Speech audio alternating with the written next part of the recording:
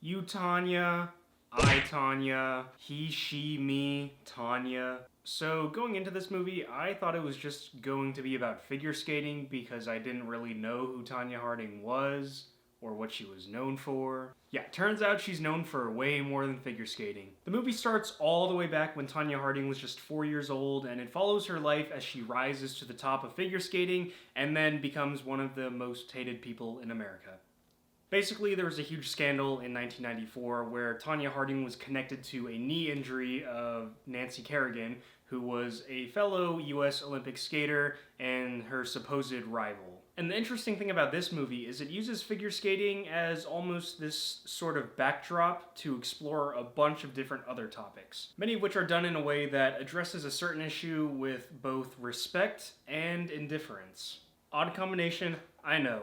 But when something is presented in this movie, it's not presented as just one thing. It's usually something that gives the viewer a conflicted emotion. For example, the movie deals with a ridiculous amount of domestic violence, mainly because Tonya Harding experienced a lot of it growing up. And while the movie does present it as an issue, it also presents it as this ordinary thing that she's already used to.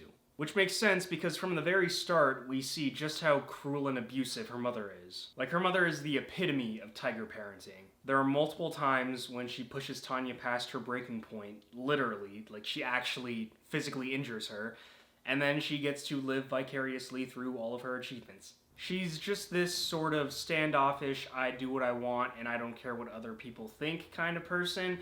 And again, while the movie does present her behavior as problematic and an issue, it also uses her character to create a lot of comedic moments. So that's kind of what I mean when I say both respect and indifference toward these heavier topics. The overall tone is really just it be that way sometimes. And initially, going into this movie, I thought there would be themes of going against the norm and being an individual in whatever sport or practice you partake in.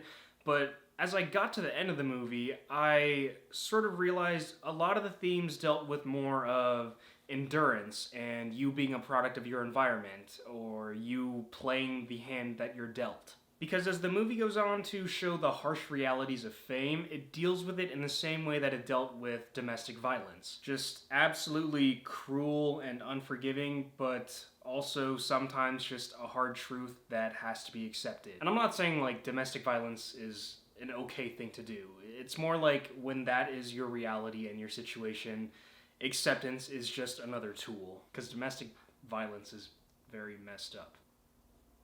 So that took a dark turn.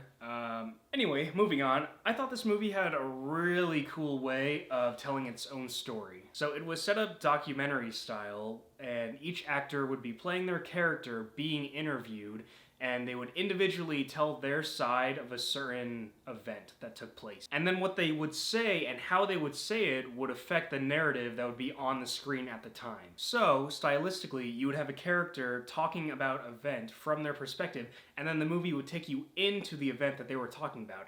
And sometimes they would break the fourth wall in a way where the character would kind of interject the situation and give a little bit of commentary in their own sort of character-specific way. And it was honestly just one of those, aha, I see what you did there sort of things. Okay, so let's talk about the acting. First and foremost, Margot Robbie and Sebastian Stan are already great actors, but I thought this movie took their acting to another level. I mean, again, I'm not really sure how Tonya Harding and Jeff Gillooly were as actual people, but I feel like after watching this movie, I have a pretty good idea of how they were. And Margot Robbie was especially good, even considering her already incredible standards. There's actually this one scene where she's about to go on and she's just looking at herself in the mirror of her dressing room. The scene lasts like 10 seconds and she never says a single word, but just through watching her facial expressions, you understand like 7 different emotions that she just went through. Another character that left a big impression on me was Sean Eckhart, played by Paul Walter Hauser. And just like everything else in this movie, he wasn't just a one-dimensional thing, because I hated him so much. His character was get out of the movie, dude. But as much as I hated his character, he also brought a lot of comedy to the table, and I won't lie, he made me laugh several times. And if you watch, you'll know exactly why. And the last thing I want to talk about is the soundtrack, because I can really appreciate when a movie is able to use a song and let the song lyrics aid in telling its story. Because it's one thing to have a song set the tone of a certain scene, but it's another thing to have lyrics going in the back and then you as a viewer pick up those subtleties and think to yourself like, oh, the lyrics parallel what the character is experiencing in that moment. And it's a way to convey those ideas without being super on the nose about it. And this movie did exactly that. It had a lot of alternative rock, and it fit the sort of grunge aesthetic that Tonya Harding grew up with, and helped show her growth every time she would hit a pivotal point in her life and would change direction. So yeah, honestly, this was by far like an incredible movie. My only complaint, and I can't really make it a complaint on the filmmaker's part because it's just part of the story, was the Sean character. Oh, if you watch this movie, you'll see why I get that guy so much. But also, if you just know how the story actually happened, or if you were like alive when it happened, I wasn't, then you would know why I don't like that character as much as I do. I'm thinking I give I, Tonya a 9 out of 10. So let me know what you think.